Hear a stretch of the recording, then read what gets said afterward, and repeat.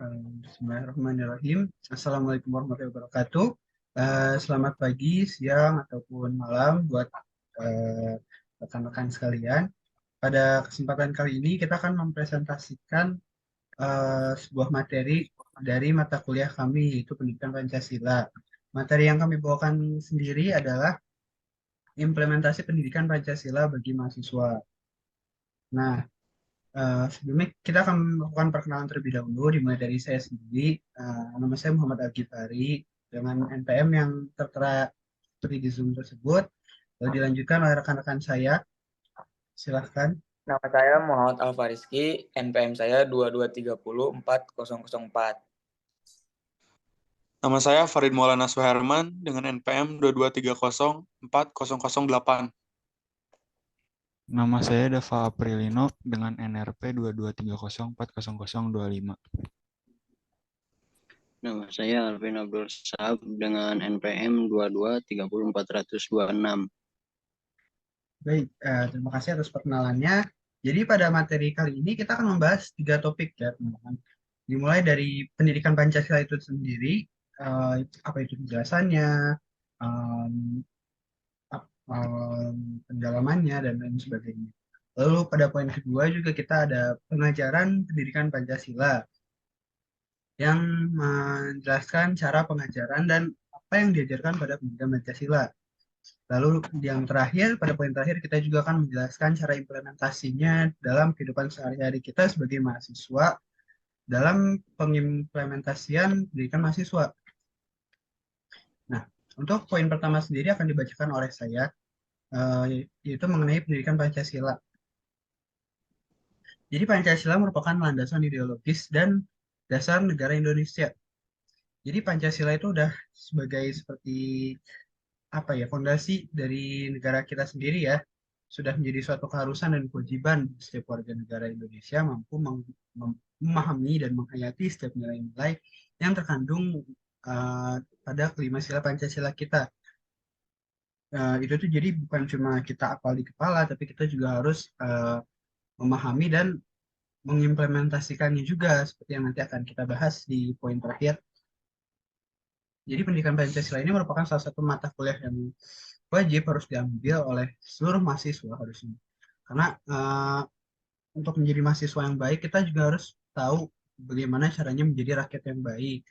Karena mahasiswa itu berperan penting sekali bagi masa depan bangsa. Kita akan menjadi penerus bangsa. Oleh karena itu, pendidikan Pancasila itu adalah subjek yang sangat penting untuk selalu diajarkan pada mahasiswa.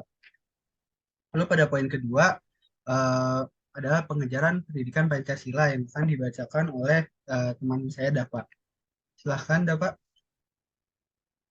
Ya, pada pengajaran pendidikan Pancasila ini yang diajarkan kepada mahasiswa di kelas tentang nilai-nilai Pancasila secara komprehensif dan mengaitkan dengan konteks sosial dan politik di Indonesia. Dalam hal ini juga, dosen harus bisa memberikan materi-materi yang aktual dan relevan dengan situasi yang terkini yang ada di masyarakat.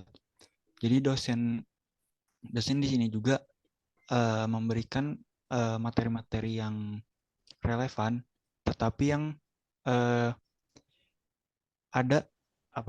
yang mendekatkan dengan nilai-nilai Pancasilanya juga gitu. Dan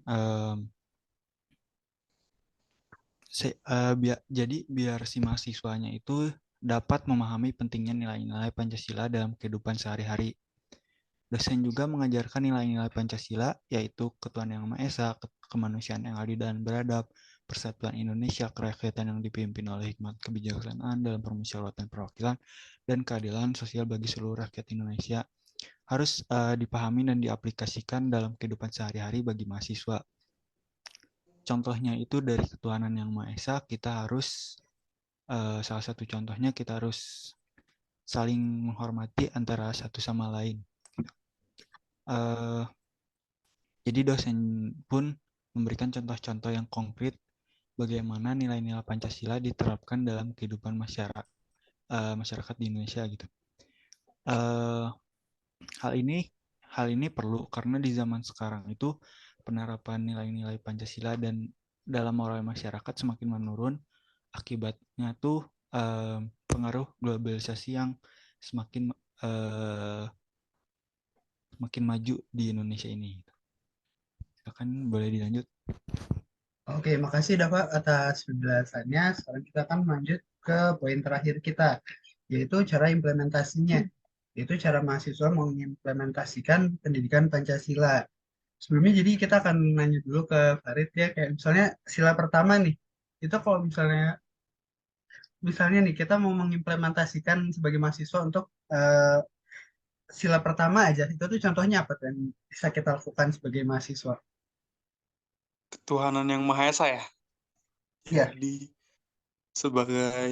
Jadi kita sebagai mahasiswa tuh jangan sampai lupa lah. Jangan sampai lupa sama apa? Urusan dunia doang. Jadi seimbang gitu. Terus Urusan seimbang ya. dunia sama urusan akhirat gitu. iya keren keren. Coba langsung aja mungkin kita akan lanjut ke cara implementasi yang ini ya. Akan kita jelaskan dengan rekan-rekan kita yang bernama Alvin. Silakan Alvin, boleh dijelaskan.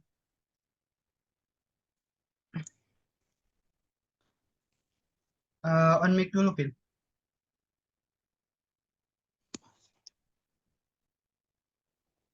Masih di mute. Sorry, sorry. Ini di mute sama siapa nih?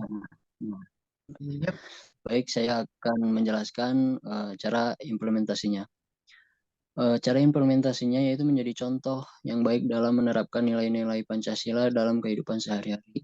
Seperti menghargai keragaman budaya. Jadi kita itu harus menghargai budaya orang lain. Karena kan di Indonesia ini kita terdapat berbagai macam dan ragam budaya. Oleh karena itu, alangkah baiknya kita itu harus menghargai macam-macam budaya yang ada di Indonesia ini. Yang kedua adalah membuat forum diskusi atau kelompok studi di kampus atau di lingkungan sekitar untuk membahas dan memperkuat pemahaman tentang nilai nasional. Yang ketiga adalah menjadi relawan atau anggota organisasi yang memperjuangkan hak-hak masyarakat. Nah, untuk yang ketiga ini, alangkah baiknya kita menjadi suatu anggota di dalam organisasi yang memperjuangkan hak yang ada di masyarakat, seperti ruang lingkup mahasiswa yang pada dasarnya kita itu berdemokratis, yaitu memperjuangkan hak-hak yang harusnya didapatkan oleh masyarakat. Mungkin cukup sekian dari saya, bisa dilanjutkan oleh rekan saya Algi. oke, terima kasih Alvin atas penjelasannya. Tapi ada pertanyaan lagi nih. Misalnya kalau kita gabung untuk menjadi organisasi masyarakat, misalnya organisasi masyarakat untuk mengimplementasikan nilai-nilai Pancasila. Itu sebagai ormas, misalnya kita jadi ormas nih. Sebagai ormas, apa sih sebenarnya yang harus kita lakukan sebagai ormas yang baik untuk mengimplementasikan Pancasila? Gimana tuh, Pin? Atau siapapun lah boleh jawab. Barangkali Farid mau jawab lagi. Pertanyaannya boleh diperjelas gak? Iya, jadi misalnya kita jadi ormas nih ya, jadi organisasi masyarakat. Itu kan organisasi yang harusnya emang em, apa ya, jadi tempat untuk masyarakat menyampaikan aspirasinya yang selanjutnya mungkin akan disampaikan ke wakil rakyat. Nah, sebagai ormas yang mungkin usia kita masih muda nih kayak gini, itu tuh apa sih yang bisa kita lakuin untuk apa ya, menumbuhkan nilai-nilai Pancasila gitu. Boleh jawab nggak, Gi? Ya, Boleh, boleh, boleh, boleh. Kalau menurut saya sih, kita kan mahasiswa, kita harus lebih lebih meyakinkan dengan cara bergotong royong dalam dalam melakukan sesuatu. Terus kita harus bisa kompak dengan yang lainnya, tidak tidak sendiri-sendirilah. Jadi kalau sendiri-sendiri jadinya tuh bukan musyawarah. Kalau ke sila kelima kan tentang musyawarah. Yep, betul, Udah betul, sih. betul, betul. Gitu. Jawaban yang sangat bagus ya. Bagus sekali. Mungkin kita akan lanjutkan lagi ke implementasi terakhir, dan nggak terakhir sih sebenarnya, ini ada yang masih masih ada satu poin lagi yang akan dijelaskan. Mungkin untuk cara implementasi yang ini akan dijelaskan oleh teman kita Farid Maulana. Boleh? Ya, untuk cara pengimplementasian yang selanjutnya yaitu untuk mengikuti kegiatan-kegiatan yang meningkatkan rasa nasionalis seperti seminar, lokakarya, ataupun pertemuan yang diselenggarakan oleh pemerintah atau organisasi masyarakat. Lalu yang kelima ada menggunakan media sosial sebagai platform untuk menyebarkan informasi dan edukasi yang mengimplementasikan Pancasila dalam kehidupan sehari-hari. Lalu yang keenam ada mengambil mata kuliah Pancasila dan aktif berpartisipasi dalam diskusi Ceng itu gue ceng. dan kegiatan di kelas. Lalu yang terakhir ada bisa membuat proyek atau inisiatif yang berkaitan dengan pendidikan Pancasila, seperti membuat kampanye sosial untuk mengajak masyarakat menghargai keragaman atau membuat program mentoring untuk anak-anak muda. Dengan melakukan hal-hal yang tadi disebutkan, seorang mahasiswa dapat turut serta memperkuat pengertian dan penerapan nilai-nilai Pancasila di masyarakat dan membantu membangun Indonesia yang lebih baik. Mungkin cukup sekian dari saya. Oke, terima kasih sekali Farid atas penjelasannya. Mungkin kita akan langsung lanjut lagi ke poin-poin yang terakhir yang akan dijelaskan oleh teman kita Alparisi. Nah, Silahkan. ini ada cara implementasi yang mengambil mata kuliah Pancasila dan aktif berpartisipasi dalam diskusi dan kegiatan di kelas. Nah, contohnya tuh seperti kita menanyakan dalam berbincang dengan dosen, terus mengerjakan tugas-tugas yang sudah dikasihkan dosen. Itu bisa jadi untuk berpartisipasi dalam diskusi juga bisa. Nah, terus ada juga membuat proyek atau inisiatif yang berkaitan dengan pendidikan Pancasila, seperti membuat kampanye sosial untuk mengajak masyarakat menghargai keragaman atau membuat program mentoring untuk anak-anak muda. Sudah. Ya, mungkin begitu saja ya cara pengimplementasiannya. Ada sebenarnya masih banyak lagi cara-cara pengimplementasiannya. Cuma kalau dimasukin semua nggak akan buru waktunya dan nggak akan cukup juga untuk satu PowerPoint, bakal jadi buku kayaknya gitu ya. Eh, Mungkin itu adalah hal-hal penting, poin-poin penting yang eh, kita akan apa ya, kita sebagai mahasiswa tuh harus mengimplementasikannya gitu loh, sebagai rakyat atau masyarakat Indonesia yang baik dan benar. Mungkin itu saja yang bisa kita jelaskan pada materi yang kita bisa sampaikan hari ini. Jika ada kekurangan atau apapun itu, mohon maaf karena kesalahan datangnya dari kami dan yang benar hanya dari Allah Subhanahu wa taala.